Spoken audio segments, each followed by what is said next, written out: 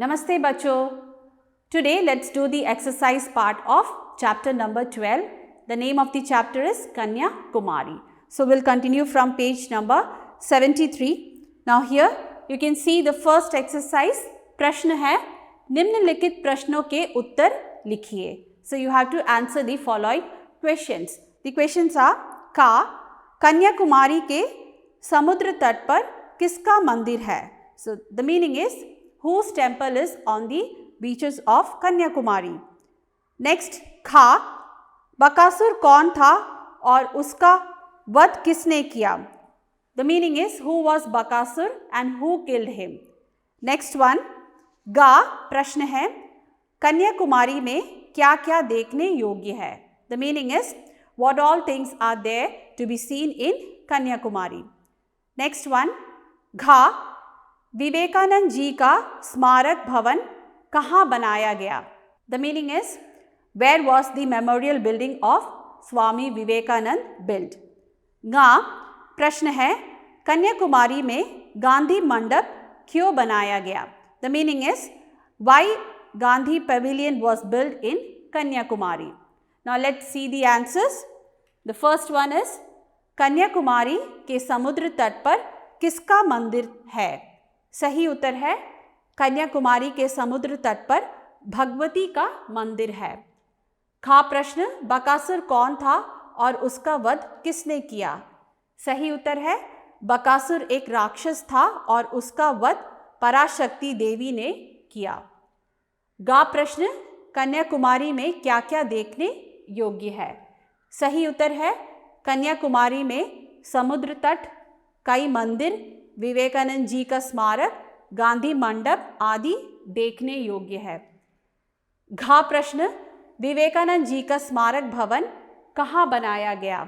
सही उत्तर है विवेकानंद जी का स्मारक भवन श्रीपाद चट्टान पर बनाया गया है. गा प्रश्न कन्याकुमारी में गांधी मंडप क्यों बनाया गया? सही उत्तर है कन्याकुमारी में राष्ट्रपिता महात्मा गांधी की चिता का भस्म समुद्र में विसर्जित किया गया था, इसलिए स्मारक के रूप में यहाँ गांधी मंडप बनाया गया है. So with this we have completed the first exercise. Second one, दूसरा प्रश्न रिक्त स्थानों की पूर्ति कीजिए. That means fill in the blanks. The first one का बकासुर का वध करने पराशक्ति कन्या के रूप में डैश आई थी. खा डैश देवी से विवाह करने जा रहे थे. गा नारद मुनि ने डैश के रूप में बांध दी. घा देवी की नाक में डैश हीरा जड़ा हुआ डैश है. गा कन्याकुमारी भारत का प्रमुख डैश एवं डैश है. Now let's see the answers. The first one is का बकासुर का वध करने पराशक्ति कन्या के रूप में कन्याकुमारी आई थी. खा शिव देवी से विवाह करने जा रहे थे. गा नारद मुनि ने मुर्गे के रूप में बांध दी. घा देवी के नाक में बहुमूल्य हीरा जड़ा हुआ नकफूल है. गा कन्याकुमारी भारत का प्रमुख पर्यटन केंद्र एवं भक्ति स्थल है. So with this we have completed the second exercise. Third one, प्रश्न है सही या गलत का निशान लगाइए. Mark true or false. The first one is का कन्याकुमारी में सूर्योदय एवं सूर्यास्त देखने लायक है. That means it's worth watching the sunset and sunrise in Kanyakumari. So you have to mark whether it's true or false. खा यहाँ के समुद्र तट पर शिव जी का मंदिर है. The meaning is there is a Shiv temple on the beach in Kanyakumari. गा यहाँ पर विवेकानंद जी का स्मारक भवन एवं गांधी मंडप है. The meaning is that here there is a memorial building of Swami Vivekanand and also Gandhi Pavilion. घा कन्याकुमारी भारत का प्रमुख भक्ति स्थल एवं पर्यटन केंद्र है. The meaning is Kanyakumari is a major devotional destination and tourist center of India. गा कन्याकुमारी पहले केरल राज्य के अधीन था. The meaning is that Kanyakumari was earlier under the state of Kerala. So you have to mark whether it's true or false. Let's see the answers. The first one, का कन्याकुमारी में सूर्योदय एवं सूर्यास्त देखने लायक है. It's true. खा यहाँ के समुद्र तट पर शिव जी का मंदिर है. It's false. गा यहाँ पर विवेकानंद जी का स्मारक भवन एवं गांधी मंडप है. It's true. घा कन्याकुमारी भारत का प्रमुख भक्ति स्थल एवं पर्यटन केंद्र है. It's true. ङा कन्याकुमारी पहले केरल राज्य के अधीन था. This is true. So with this we have completed the third exercise. Next, it's Vyakaran Bodh, that means grammar practice. And the first exercise is निम्नलिखित वाक्यांशों के लिए एक शब्द चुनकर लिखिए. So you have to write one word for these. Here you can see in the box few words are there. The first one is अनपढ़, next असंभव, मासिक, वार्षिक, निराकार, मांसाहारी, शाकाहारी. The last one is अंत. And the sentences are का जिसका अंत न हो, that means that never ends. So you have to choose a correct word from the given option for these. Next one, खा जो मांस खाता हो, that means one who eats meat. गा जो पढ़ा लिखा ना हो, one who is not educated. घा वर्ष में एक बार होने वाला, that means once a year. ङा जो हरी सब्जियां खाता हो, one who eats green vegetables. चा जो संभव ना हो, that means which is not possible. छा महीने में एक बार होने वाला, which means once a month. जा जिसका कोई आकार ना हो, that means which has no shape. So here you have to choose the correct word. Now let's check the answers. The first one का जिसका अंत ना हो, अनंत. खा जो मांस खाता हो, मांसाहारी. गा जो पढ़ा लिखा ना हो, अनपढ़. घा वर्ष में एक बार होने वाला, वार्षिक. नेक्स्ट वन, ङा जो हरी सब्जियां खाता हो, शाकाहारी. चा जो संभव ना हो, असंभव. छ महीने में एक बार होने वाला, मासिक. जा जिसका कोई आकार ना हो, निराकार. So with this we have completed the first exercise of Vyakaran Bodh. Next, second one. Here you can see two sentences are given. The first one, कोयल गाना गा रही है. That means cuckoo is singing a song. Next one, मोर नाच रहा है और कोयल गाना गा रही है. The meaning is peacock is dancing and cuckoo is singing. And it's written here, पहले वाक्य में कोयल उद्देश्य है और गाना गा रही है. That means in the first sentence the word coil is object.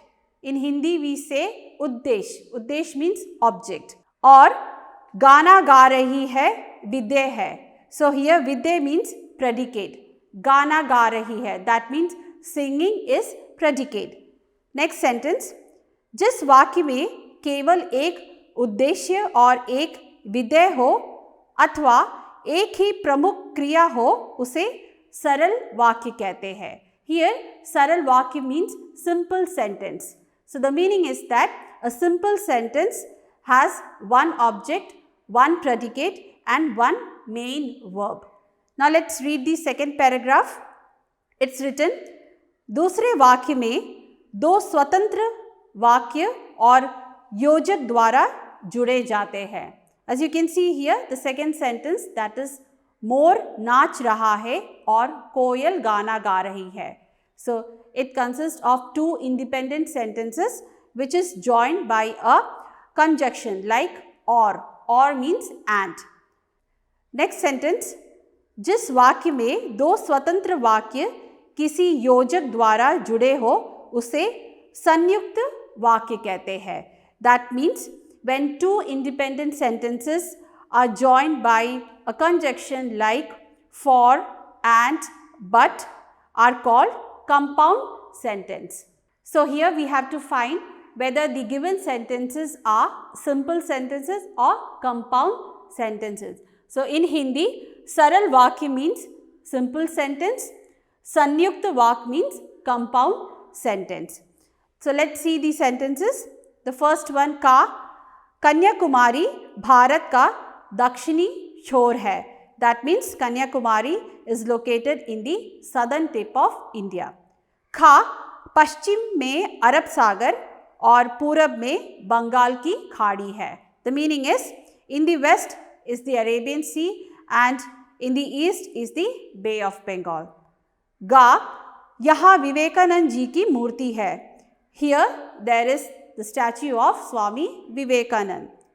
घा सवेरा हो गया है और वे लौट गए. It means it is morning and they have returned. So here you have to find whether it is a simple sentence or a compound sentence. Let's see the answers. The first one, Kanyakumari Bharat का दक्षिणी छोर है. Answer is सरल वाक्य. खा पश्चिम में अरब सागर है और पूरब में बंगाल की खाड़ी है. संयुक्त वाक्य. नेक्स्ट वन, गा यहाँ विवेकानंद जी की मूर्ति है. यह सरल वाक्य है. नेक्स्ट, घा सवेरा हो गया है और वे लौट गए. सही उत्तर है संयुक्त वाक्य. So with this we have completed the second exercise. Now the third one, प्रश्न है क्रिया रूपों को बदलिए. That means you have to change the verb form. Here you can see the words are का, हंसना means to laugh, खा गाना means to sing, गा झुकना means to bend, घा हारना means to lose. On the other side you can see का बढ़ाना to help in growing, खा चढ़ाना to help in climbing, गा पढ़ाना to teach, घा सिखाना, this is also to teach. Now let's see the answers. The first one, हंसना, the answer is हंसाना. खा गाना, the answer is गवाना. गा झुकना, the answer is झुकाना. घा हारना, the answer is Hariana. Next one, बढ़ना, it's बढ़ाना. खा चढ़ना, the answer is चढ़ाना. गा पढ़ना, पढ़ाना. घा सीखना, it's सिखाना. So with this we have completed the third exercise.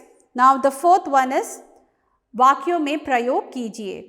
So you have to make sentences using these words, and the words are का चट्टान means rock, खा सुंदरता means beauty, गा मंदिर means temple, घा राक्षस means demon, गा सूर्योदय means sunrise. So using these words you have to make sentences.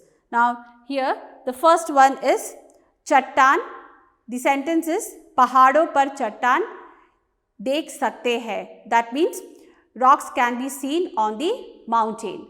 Next word is सुंदरता. The sentence is रानी की सुंदरता देखने लायक है. The meaning is the beauty of the queen is worth seeing. Next one, the word is मंदिर. The sentence is मंदिर में जाने पर शांति मिलती है. That means you get peace when you go to temple. Next word is राक्षस. The sentence is राक्षस साधुओं की तपस्या भंग करते हैं. The meaning is the demons, they disturb the meditation of the sage. Last word is सूर्योदय. The sentence is Kanyakumari का सूर्योदय देखने लायक है. The meaning is the sunrise of Kanyakumari is worth watching. So with this we have completed the exercise part of chapter number 12. That's all for today. We'll meet in the next class. Dhanyavad.